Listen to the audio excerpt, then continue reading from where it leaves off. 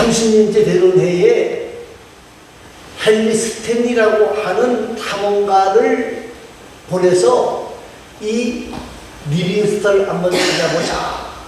그리고 찾아봤습니다. 1년 동안을 헤매서 잠비아 끝에 가서 이 리빙스턴을 만났습니다. 그런데 몸은 병들어 있고 가지고 있는 식량도 없고 약품도 없고 그런 상황이에요. 그래서 이 스탠리가 같이 1년을 살면서 극진하게 치료를 했습니다. 그래서 이제 건강이 회복이 되어졌습니다. 그래서 스탠리가 이 리빙스턴에게 이렇게 말했습니다. 선교사님, 30년이 넘게 이 아프리카 오지에서 수고하셨습니다. 그리고 선교사님, 제가 보기엔 지금 많이 병들어 있고 여러 군데가 아프고 여러 군데가 다쳤는데 이제 고향으로 돌아가십시다. 선교사님이 고향으로 돌아간다 그래서 어느 누구도 선교사님에 대해서 말씀을 하지 아니할 겁니다. 그랬더니까 이 리빙스턴이 아주 유명한 말을 하나 했습니다. 그 말이 뭐냐면, 제가 아프리카의 선교 사역은 헌신이 아니고 하나님이 나에게 주신 큰 특권입니다. 저는 하나님께서 맡겨주신 이 영광스러운 일을 생각할 때마다 가슴이 벅차서 견딜 수가 없습니다. 선교사의 사역은 헌신이 아니고 하나님이 나에게 주신 특권입니다. 그래서 나는 이곳을 떠날 수가 없습니다 하고 고백을 했어요. 그리고 어쩔 수 없이 스탠리는 혼자 왔는데 그 한 1년 후에 이 리빙스턴은 침대 곁에서 무릎을 꿇고 기도하다가 하나님의 부름을 받게 되어집니다. 사랑하는 성도 여러분, 장래의 영광을 바라보는 사람은 현재의 고난을 쉽게 극복할 수 있다는 거예요. 여러분, 우리가 가장 쉽게 이해할 수 있는 사람들이 누구냐면요, 국가대표 선수입니다. 운동선수. 여러분, 국가대표가 되는 것이 얼마나 큰 특권입니까? 그런데 국가대표가 되어지려고 그러면 그냥 너 국가대표 되는 거예요? 아니에요. 훈련을 엄청 더 해야 돼요. 우리나라의 국가대표가 가장 되기 어려운 종목 중에 하나가 양궁입니다. 우리나라가 원래 활을 잘 쏴요. 그래가지고 이 양궁 국가대표가 조금만 정신 차리지 않으면 4등 안에 못 들어. 그래가지고 국가대표 탈락이 되는 거예요. 뭐 금메달을 몇 개를 땄다, 몇 개를 땄다. 그런데도 훈련을 조금만 금지하면 떨어져요. 여러분, 그 국가대표들이 훈련하는 이유가 뭡니까? 이유가 뭘까요? 금메달. 확실한 특권이 주어지는 것을 알기 때문에 그래요. 여러분, 오늘 본문 성경 30절에는 이렇게 말을 합니다. 하나님께서 우리를 영화롭게 하셨다. 우리의 주어지는 영광이 얼마나 놀랍고 확실한지 장래의 일이지만 영화롭게 하셨다. 과거형으로 설명을 하고 있는 거예요. 저와 여러분이 합력하여 선을 이루어 주시는 하나님을 바라보는 귀한 자들이 되어질 수 있기를 바랍니다. 자, 26절 말씀 읽어보시기 바랍니다. 26절입니다. 그와 같이 성도 우리의 연약함을 지나시니 우리는 마땅히 기도할 바를 알고 하나 오직 성령이 말할 수 없는 탄식으로 우리를 위하여 심히 간구하시느니라. 예, 여러분, 사람을 뭐라 그러는 건 만물의 영장이라. 맞습니까? 맞지 않습니까? 틀려요? 왜 틀리죠? 맞아요? 만물의 영장이 아니에요. 그런데 그렇지 않다는 거예요. 자, 보세요. 갑자기 지진이 나려 그럽니다. 그러면 제일 먼저 뭐가 도망가요? 동물. 예? 지금 쥐가 도망가잖아요. 그죠? 예. 개미가 비가 올 줄 알면 땅에서 어디로 올라가요? 예? 나무로 올라간단 말이에요. 나무로 올라간단 말이에요. 그런데 만물의 영장이라고 큰 소리 치는 사람들은 어떻게 해요? 멍청해. 비가 올지 안 올지 그것도 그냥 아는 게 아니라 기계를 동원해가지고 열심히 살피는데 뭐요? 오보가 굉장히 많아요. 그래서 우스갯소리 정말 한 번 있었던 이야기랍니다. 기상청이 체육대회 한다고 날짜를 잡아놨는데 자기들이 그걸 열심히 먹고 일하는 체육대회 해도 되겠다고 잡았는데 그날에 뭐가 쏟아졌다고요? 비가 억수로 쏟아진 기록이 우리나라에 있답니다. 여러분, 우리는 어떻게 보면 이사야 45장에 있는 것처럼 질그릇 같은 사람들. 여러분, 질그릇이라고 하는 것은 알잖아요. 뭐예요? 깨지기가 쉬워요. 제일 쉬워요. 제가 알기로는 질그릇은 한 700도에서 구워지고요. 도자기는 1300도, 1400도 이어서 구워져요. 두 번 구워지는데 한 번 구워졌기 때문에 흙이 흐물흐물해요. 그래서 툭 치면 깨져요. 그런데 질그릇 같은 우리를 하나님이 뭐 하신다? 도우신다는 거예요. 도우신다. 이와 같이 성령도 우리의 연약함을 도우시다. 우리가 연약하잖아요. 연약하다. 그런데 감사하게도 우리를 누가 도우신다? 성령 하나님이 도우신다. 여러분, 이 도우신다는 말을 다른 말로 뭐라고 말하는 것 하면 보혜사 그럽니다. 이 보혜사라는 말은 돕는다. 그런데 정확한 것은 다른 사람의 손을 붙잡아 주는 것이다. 여러분, 스케이트 타는 게 어렵습니까? 쉽습니까? 어려워요. 예? 어려워요. 그런데 아이들이 어떻게 스케이트를 쉽게 탈 수가 있어요? 예? 예, 부모가 손잡아주면 금방 배워요. 스케이트도 어렵고 스키도 어려워요. 그 내려오는 거. 그거 어떻게 아이들이 내려올 수 있느냐? 누가 잡아주기 때문에? 부모가 손잡아주기 때문에. 여러분, 자전거 타는 거. 여러분, 어떻게 배웠어요? 자전거 타는 거? 뒤에서 붙잡아주기 때문에 되는 거예요. 그런데 왜 넘어졌습니까? 예? 안 믿어. 아니, 붙잡아 주는 자가 열심히 달렸는데 내 손 났다. 그 순간에 어떻게 되는 거예요? 꽝 하고 넘어지는 거예요. 꽝 하고 넘어지는 거예요. 여러분, 오늘 도우시나니 이 말은 현재 의미예요. 성령 하나님은 우리를 과거에 도와주셨고 미래에도 도와주시지만 현재에도 도우신다. 아멘. 여러분, 문제가 있습니까? 걱정이 있습니까? 자꾸 인상 쓰지 말고요. 누구 앞으로 나와야 돼요? 하나님 앞에 나와서 성령 하나님이 나를 도우신다는 확신을 가지고 간절히 구하는 귀하고 아름다운 하나님의 사람들이 될 수 있기를 바랍니다. 자, 우리가 얼마나 연약한지를 알 수 있습니다. 우리가 마땅히 뭐요? 기도할 바를 알지 못한다. 그죠?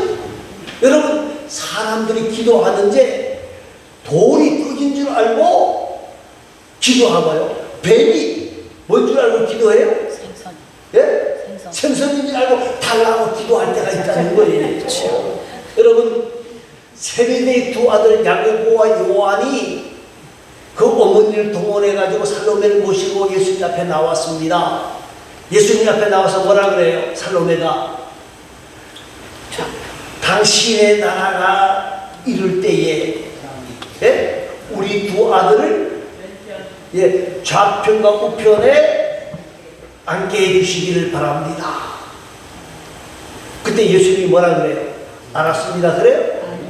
뭐라 그래요? 너희 구한 것을 알지 못하는구나.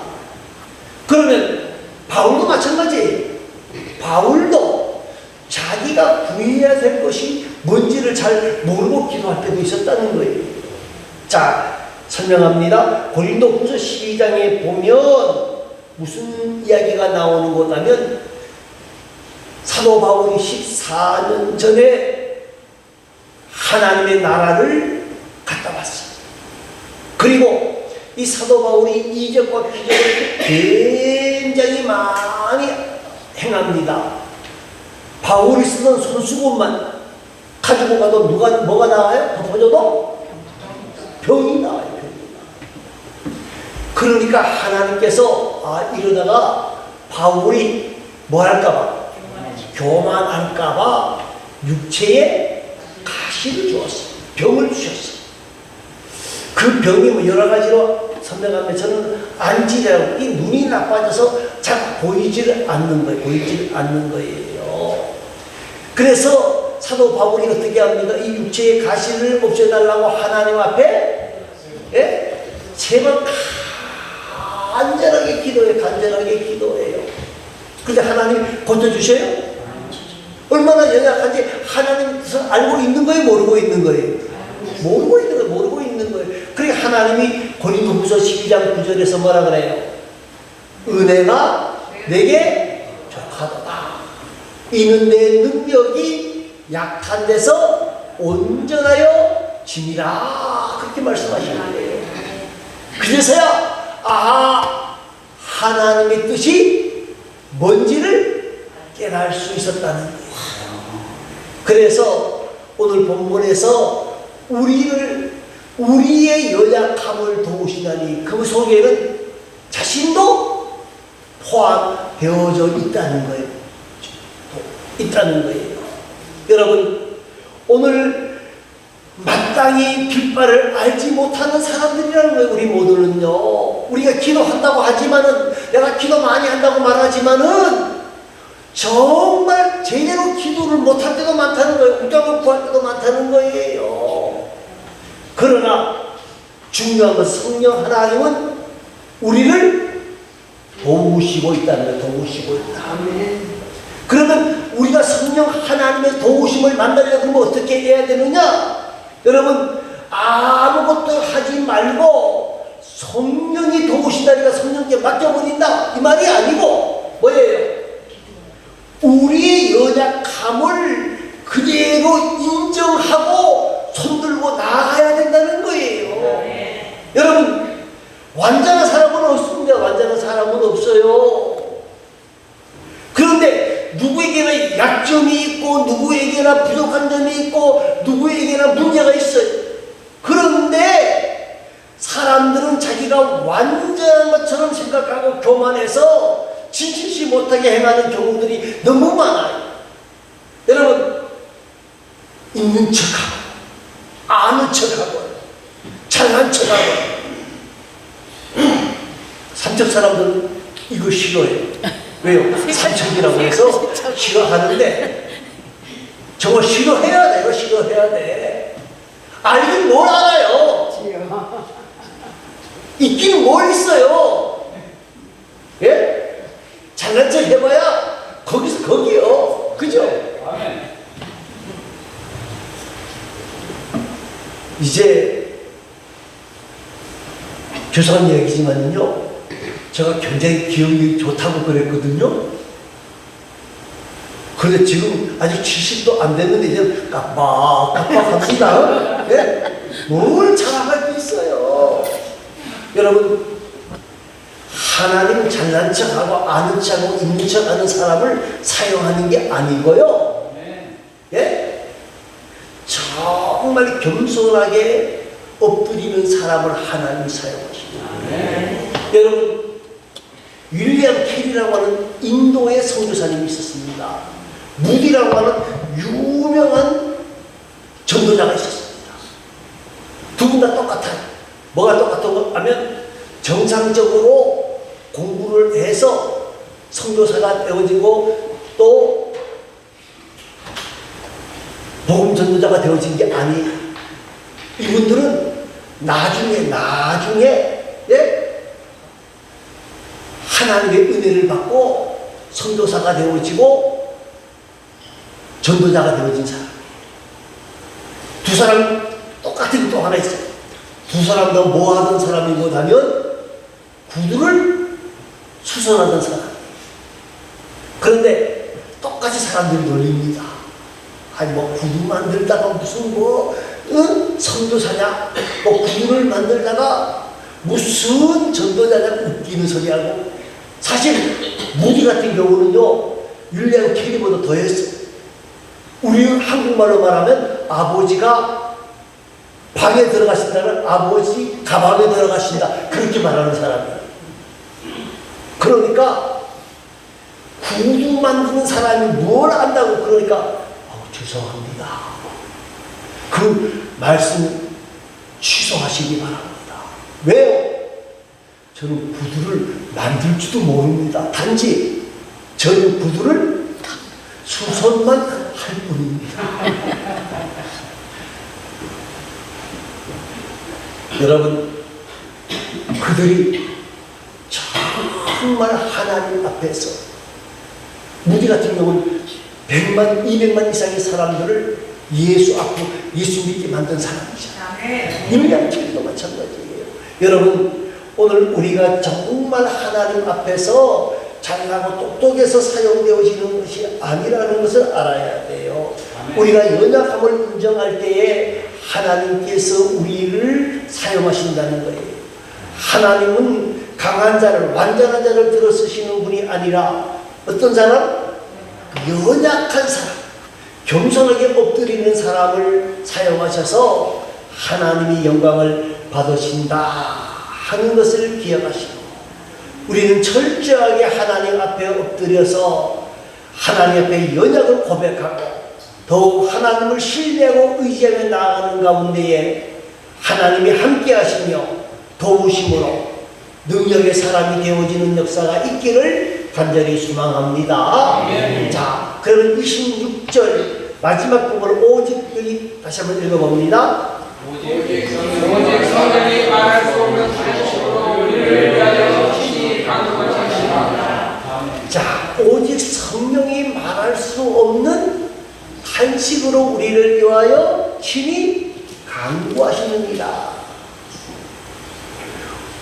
처음에 말씀을 드렸지만 우리는 뱀이 뭔 줄 알고? 생선인 줄 알고 달라고 기도하는 그런 사람, 그렇게 연약하다는 거예요.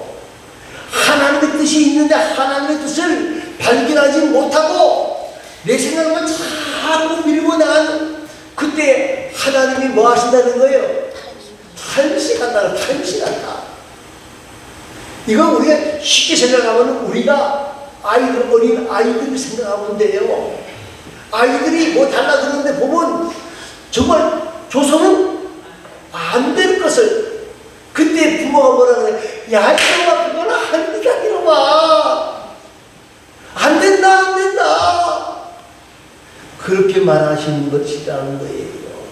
그런데 빌바를 모르는 우리를 위해서 성령 하나님은 계속해서 우리를 강구해 주신다는 거예요. 어떻게 강구하시느냐? 27절을 한번 읽어보시기 바랍니다. 27절입니다. 마음을 살피시니가 성령의 생각을 하시나니 이는 성령이 하나님의 뜻대로 성도를 위하여 간구하시니라.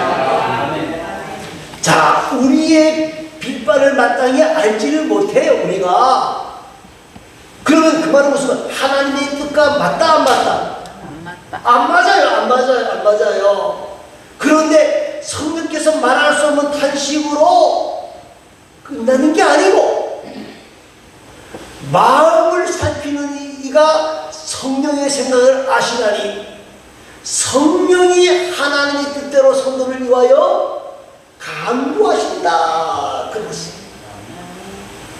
우리가 서툴게 기도해도, 뱀이 생선인 줄 알고 기도해도 성령 하나님은 우리의 간구를 모르신다. 아신다는 거예요. 아신다는 거예요. 우리의 생각과 마음을 아시고 우리의 기도를 향기로 만들어 주시는 분이라는 거, 향기로 만들어 주신다는 거예요. 여러분, 우리가 어떤 때는 엉뚱하게 기도할 때가 있어요. 특히 어떤 때 천하 기도할 때 그럴 때가 많아요. 지금은 뭐 천하 기도를 잘 안 하지만은요, 기도하다가 하나님 뭐 기도하다가 엉뚱하게 기도할 때도 있다는 거예요. 그래서 어떤 분은 그걸 기도해놓고 큰일 났습니다. 큰일 날 거 없어요. 하나님은 우리가 뭘 구하려고 했는지를 아신다 모르신다? 아시는 거예요. 우리의 겉모양을 보시는 것이 아니고 우리가 지금 속 중심으로 무엇을 구하기를 원하시는 것을 아시는 분이 하나님이라는 거예요. 사랑하는 성도 여러분, 사랑하는 성도 여러분, 오늘 저와 여러분이 우리의 마음 중심을 보신다. 우리가 엉뚱한 걸 구해도, 자녀들이 엉뚱한 걸 구해도 저놈이 뭐 갖고 싶은지를 아시는 분이 누구요? 아버지, 어머니요. 우리가 엉뚱한 걸 구해도 지금 하나님은 우리가 뭘 구하시기를 원한다는 것을 아시고 우리의 심령을 살피시고 우리의 기도를 들으시고 역사하신다는 거예요. 사랑하는 성도 여러분, 오늘 우리가 이 땅을 살아가면서 힘들고 어려울 때가 있습니다. 여러분, 정말 힘들고 어려울 때에 나는 혼자라고 생각하지 마시기를 바랍니다. 임마누엘 대신 하나님 우리와 함께 하시고 우리의 기도를 들으시고 우리의 기도가 잘못되어졌을지라도 그 마음의 생각을 아시고 우리의 기도를 들으시고 응답하시고 채워주시고 역사하시는 분이다. 바울이 그 가시를 없애달라고 간절하게 기도했지만은 하나님이 뭐라 그래요? 내 은혜가 내게 족하다. 그럴 때 바울이 하고 하나님이 내 기도를 들으신 것을 깨달은 것처럼 오늘 우리가 하나님 앞에 엎드려 기도할 때에 하나님은 우리의 기도를 들으시고 응답하시고 채우신다는 확신을 가지고 그만이 하나님 앞에 엎드려 기도하는 귀하고 아름다운 하나님의 사람들이 다 되어질 수 있기를 간절히 소망하고, 기도하는 가운데 응답을 만나야 신앙생활이 재밌어요. 기도하다가 하나님의 응답과 역사를 만나야 기뻐하고 즐거워 감사할 수 있어요. 저와 여러분이 우리의 연약함을 아시는 성령 하나님이 언제나 우리의 기도를 들으시고 응답하게 하신다는 사실을 다시 한번 생각하면서 우리 26절 다시 한번 읽고 오늘 말씀을 정리합니다. 우리는 마땅히 기도할 줄 알지 못하나 오직 성령이 말할 수 없는 탄식으로 우리를 위하여 친히 간구하시느니라. 아멘. 계신 우리 아버지, 간만 우리가 이 땅을 살아가면서 우리가 만물의 영장이라고 큰 소리